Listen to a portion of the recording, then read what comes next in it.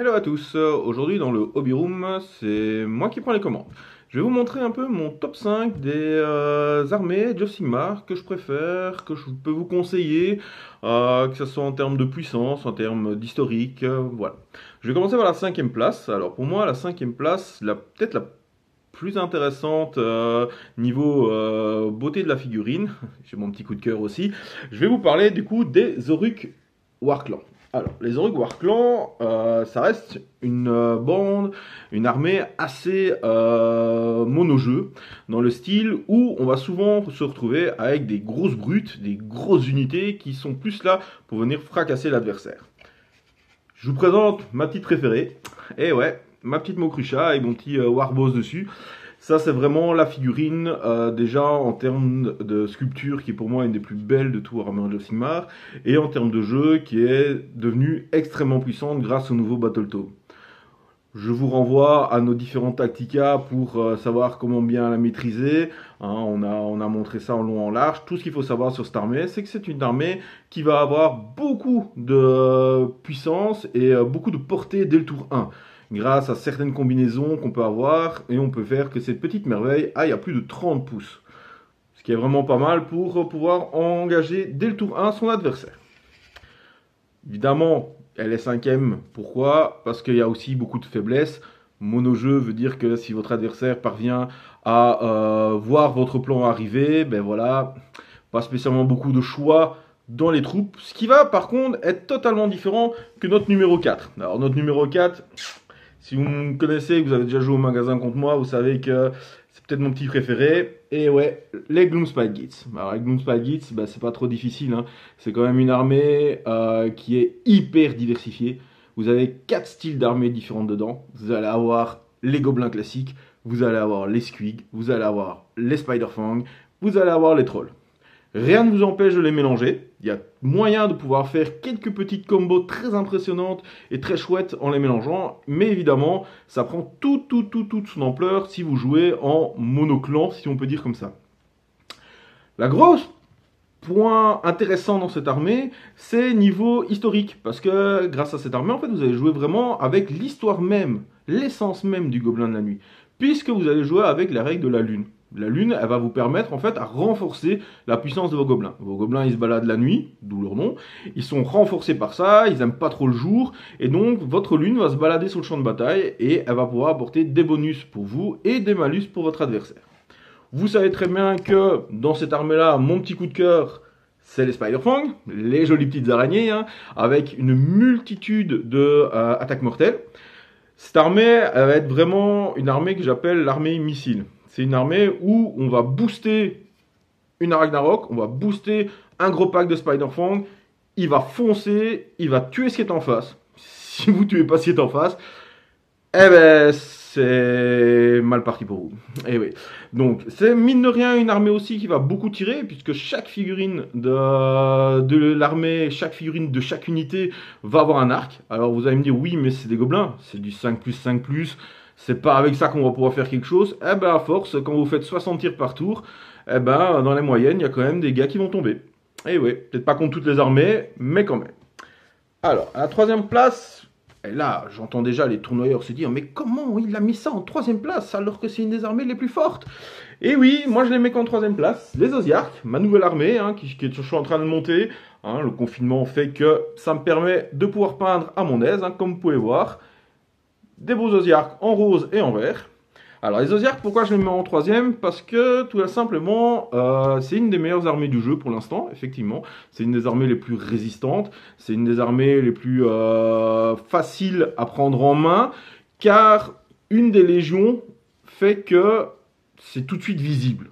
Voilà, on va pas se cacher, Petrifex qui donne +1 à la sauvegarde d'armure, elle permet vraiment que vous-même pouvez donner ça à un débutant, vous savez qu'il va pouvoir s'en sortir. Il va peut-être pas gagner, parce qu'il faut quand même de la stratégie, hein. Warhammer Age of Sigmar est quand même un des jeux les plus stratégiques qui existent, mais ça permet d'effacer certaines erreurs. Une erreur de placement, une erreur de jeu, permet que la résistance de vos troupes vont quand même pouvoir pallier à ça.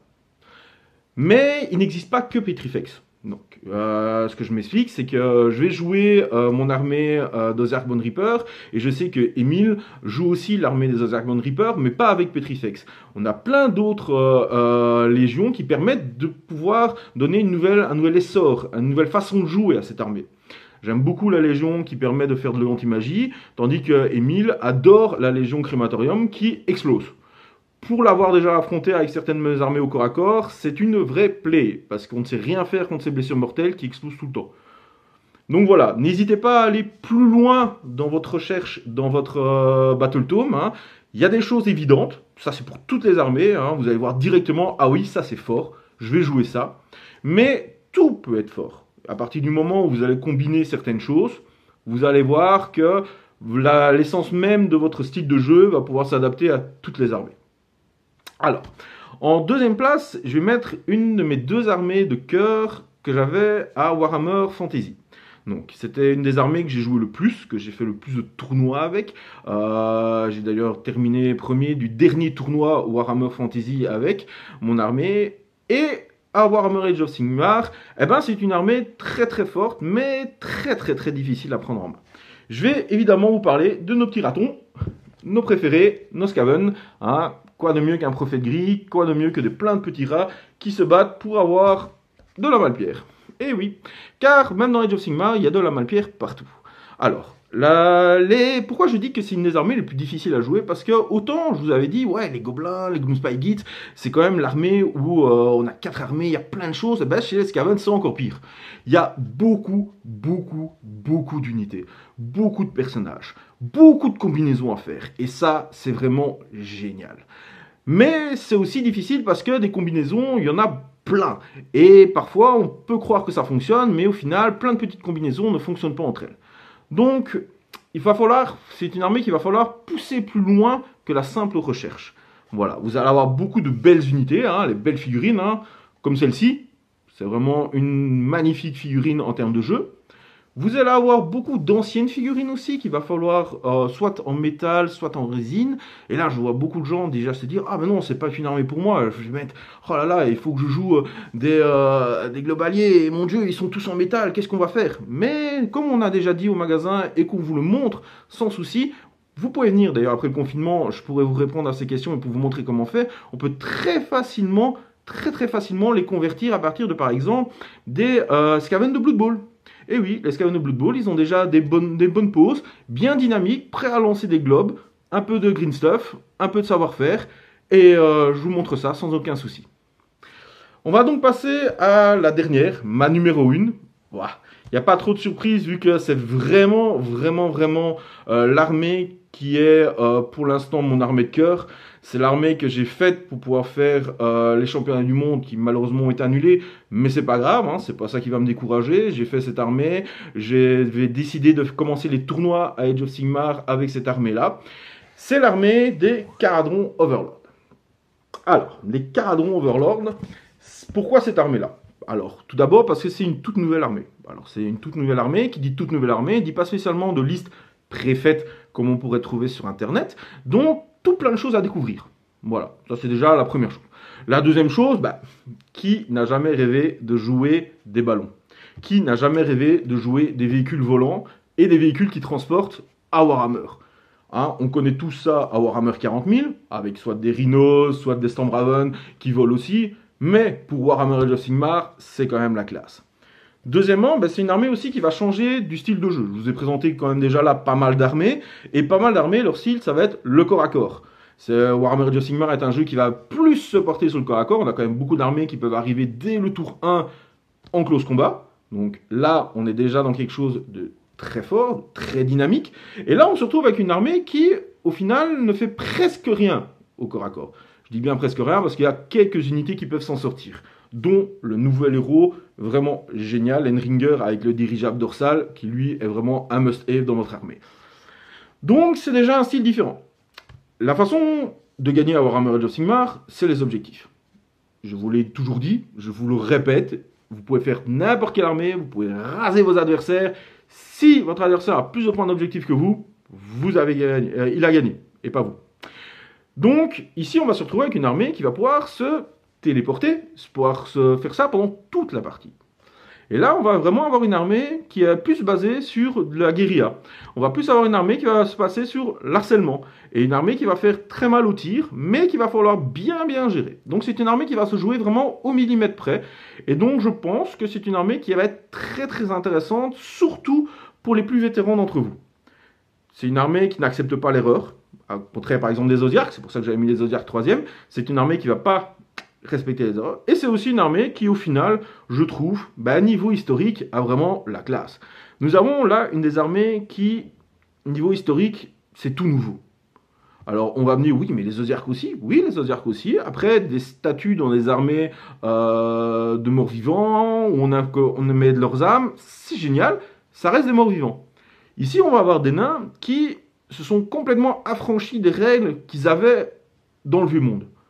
Donc dans Warhammer Old World, vous aviez vraiment des nains où c'était vraiment les rancunes, on ne laissait place qu'à ce qui existait avant et pas ce qui existait maintenant. Tout était basé sur l'ancien temps et les anciens codes. Et là, on a vraiment une race de Duardins, puisqu'on peut plus dire les nains, de Duardins qui vraiment a fait sécession avec tout ça et qui ont créé vraiment un écosystème, qui ont créé des codes, un peu à la pirate, vraiment un règlement, des notes en bas de page, des contrats et tout, qui présentent même en fait, au final, l'essence même du nain, mais vue différemment. Et c'est ce qui fait vraiment la transition entre le nain et le duardin, qui fait la transition entre le vieux monde et Warhammer Age of Sigmar. Voilà, pour moi ça reste une des armées qui pour l'instant en tout cas me hype le plus, mais après c'est difficile de faire vraiment un top 5, parce que je pense que dans Age of Sigmar, toutes les armées sont vraiment intéressantes. Il n'y a pas une armée qui n'est pas intéressante. J'aurais pu parler de toutes les armées. J'ai hésité. J'ai hésité par exemple avec Slaanesh.